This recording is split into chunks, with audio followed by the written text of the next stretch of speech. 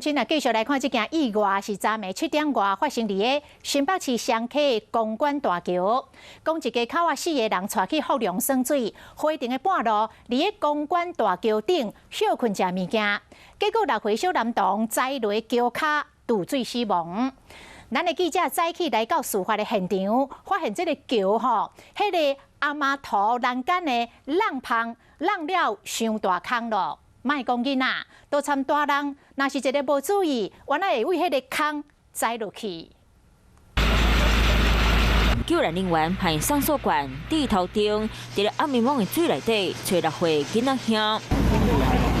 顶真找人，希望找出来可以当救。昨暝7点外，有民众报案，一个6岁囡仔兄为双溪公馆大桥栽落去，消防人员派57个人去现场救援，用1点5钟的时间，总算找到啊。不过已经无喘气。根据爸爸妈妈的讲法，当时规口走4个人去福良耍水，伫咧断崖路停伫咧公馆大桥停骹休困。啊，6岁囡仔兄敢伫咧边仔耍，结果无细入为桥边仔的巷总栽落去。 实际回到事发现场来看到桥上栏杆中间的空格真的是比一般的还要大，而且记者如果实际站上去，这高度约莫是在记者的膝盖，而且没有加装任何的防护网或者是安全装置。如果是身形比较娇小的小朋友，甚至是大人，都有可能从这中间的空格掉下去。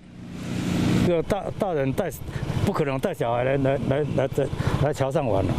这座公馆大桥的管道超有3层楼高，爸爸妈妈看到6岁囡仔兄栽落桥骹了后，遂报警获救命。